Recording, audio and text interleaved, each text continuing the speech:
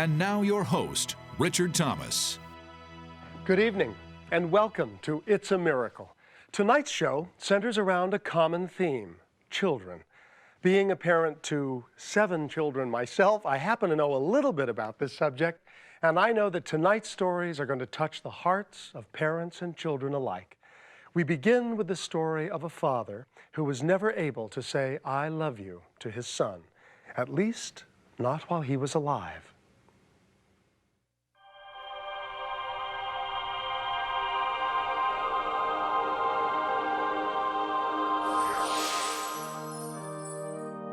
Like most young men, Glenn Frazier was anxious for life's adventures to begin, and he saw the Army as a good starting point. I went in the service on July the 3rd, 1941. The recruiter said, "You have 3 choices," and he said the Alaska, Panama Canal, and the Philippines. And he sort of told me at that time how great the service was in the Philippines, and that he thought I ought to make that choice.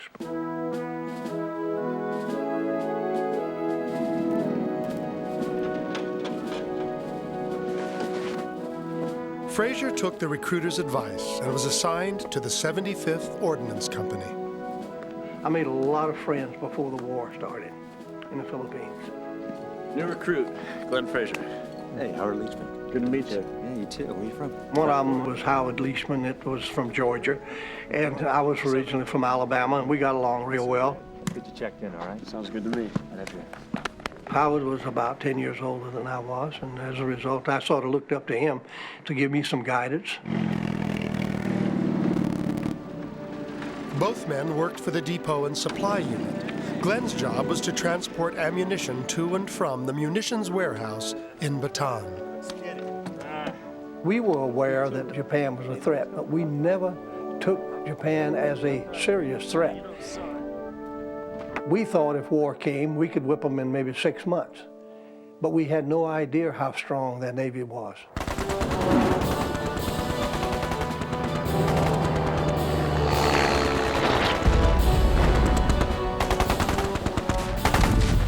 When the Japanese invaded in December of 1941, the Americans and their Filipino allies were completely caught off guard.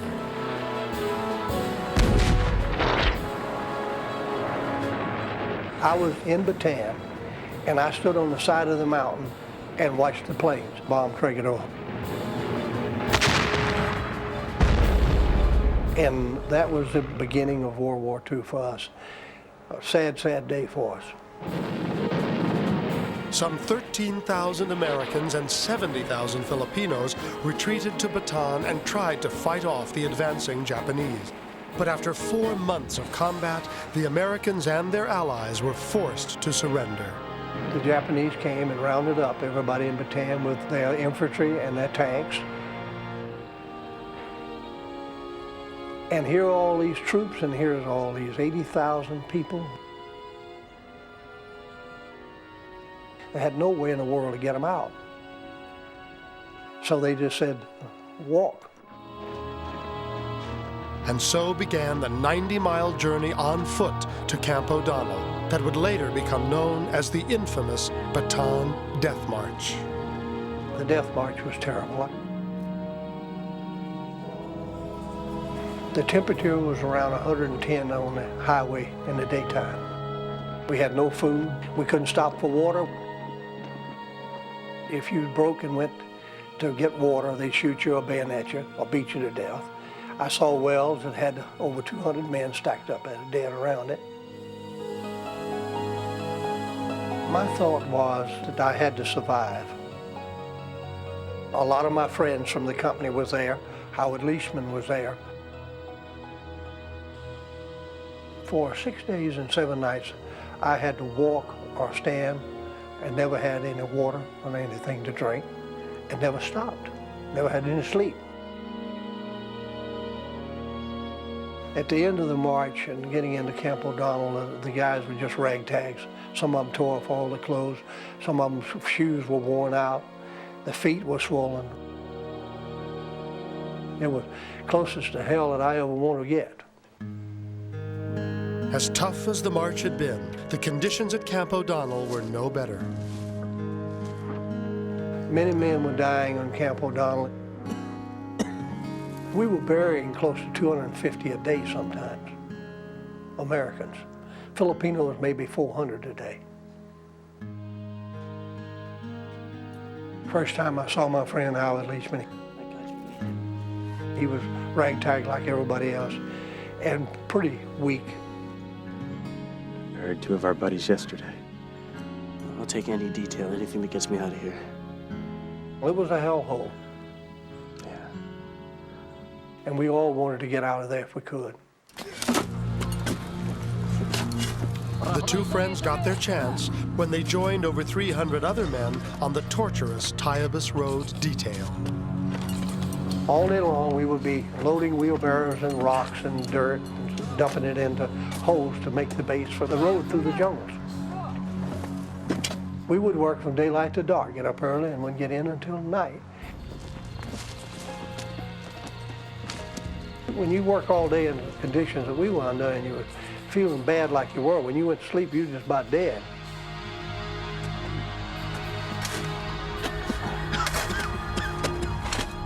The whole time of the Tayabas Road detail, 99% of the guys were sick. We worked sick, under the threat of being beat.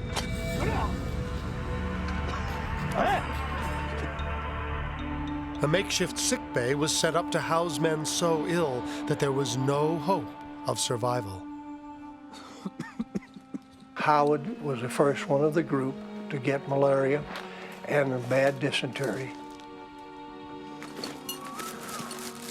How you doing? And he told me that he was dying, and of course, I tried to boost him up and tell him, we're gonna get out of this. Glenn, I had this premonition. And he said, I have a premonition that you're the only one that I know that's gonna get to go back. Look, I need to ask you for a favor. When you get back to the States, I need you to find my son. And he says, would you please promise me you'll see that he's taken care of? Tell him that I love him, okay? I promise. I'll find your son. And he said, thank God. He said, Yeah, I can die in peace.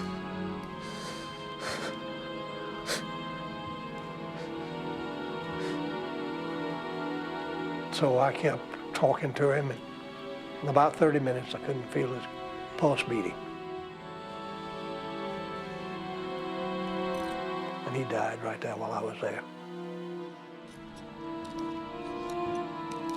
2 months after Howard Leachman's death, the Tayabas Road detail finally came to an end. Of the more than 300 men who'd volunteered, only 186 survived. The survivors were transported to prison camps in Japan, where Glenn would spend the next 3 years. The conditions in Japan were a little bit better, but the brutality grew. Many times I wondered if I would survive to keep the promise.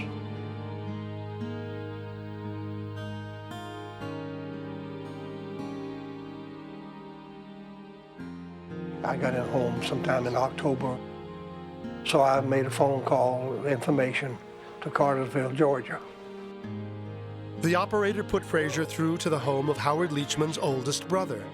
The call was answered by Howard's sister-in-law. I served with him in the Philippines. We were prisoners of war. I told him who I was, and I was in a prison camp with Howard when he died, and I wanted to find out where his son was. But she wouldn't give me very much information, just assured me that he was all right and he was taken care of. Just sort of give me a brush off. Well, thank you.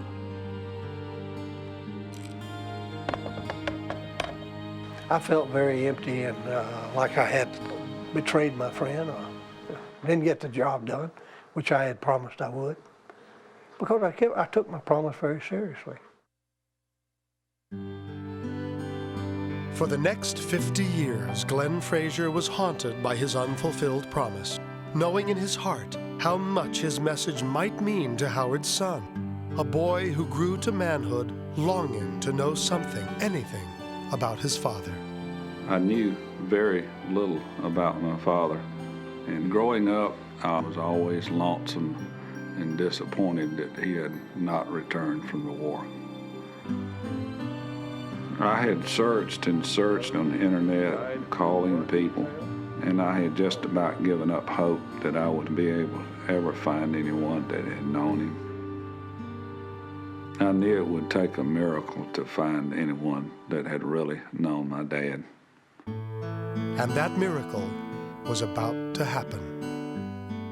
There was a magazine that we get every 2 months called the Quam from our organization called the American Defenders of Bataan and Corregidor.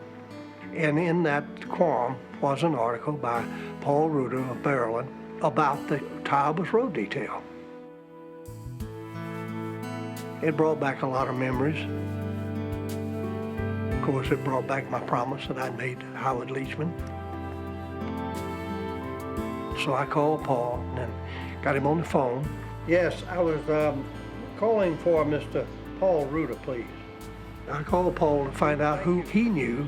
Paul, was there a list of the survivors? Was there a list of any of their relatives? Could you look at And in particular, he asked for information about Howard Leachman. You were on...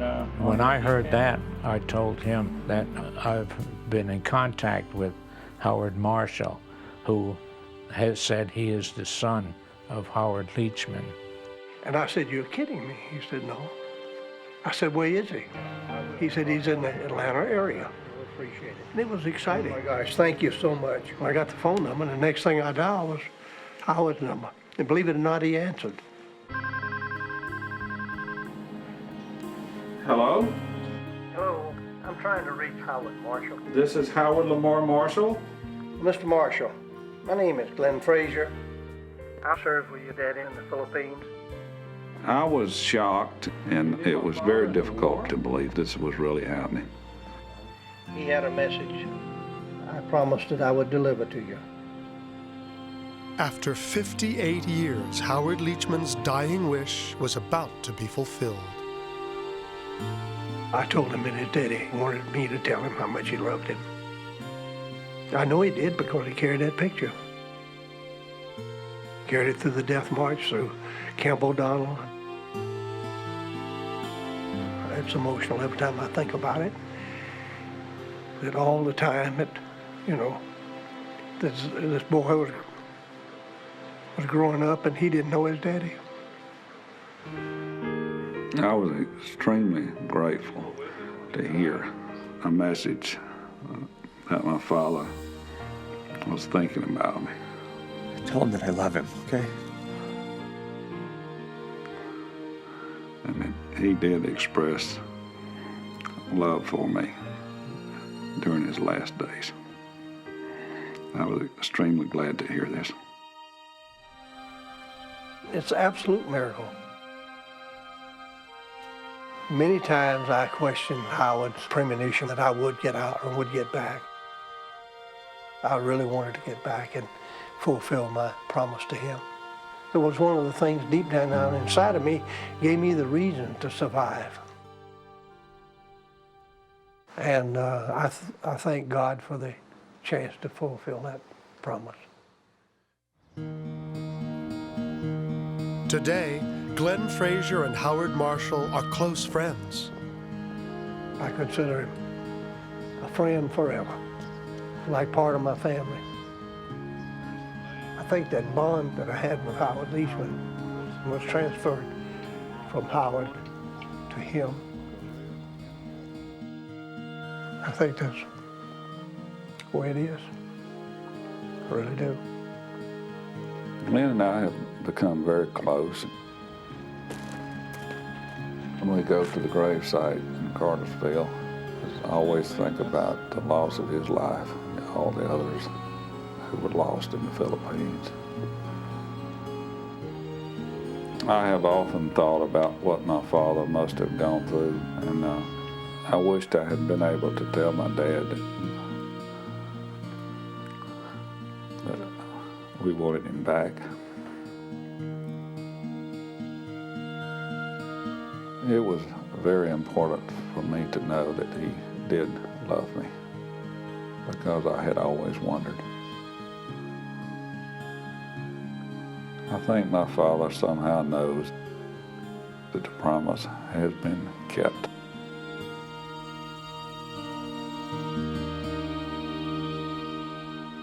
It may have taken 58 years for Glenn Frazier to keep his promise, but he and Howard have wasted no time in joining forces on a new project.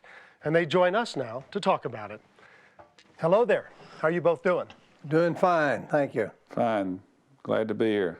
Well, we're glad to have you. Why don't you tell us about the effort that you're making to bring more closure to this story? We're involved in a considerable effort to try to recover the remains of my father. We've been in communication with the Army Central Identification Lab in Hawaii. I've talked with Congressman Bob Barr. He's assured of us of his support. So we're very hopeful to be able to recover my father's remains and the remains of about 50 others who are still missing in action as a result of the Tayabas Road detail. I see. So this is bigger than just your father. Other families will also be affected. I think, Richard, that that's a very much of a need for closure for these families. I think they need to find the remains and have a final resting place for their loved ones. I think that's very important to every family that faces this situation.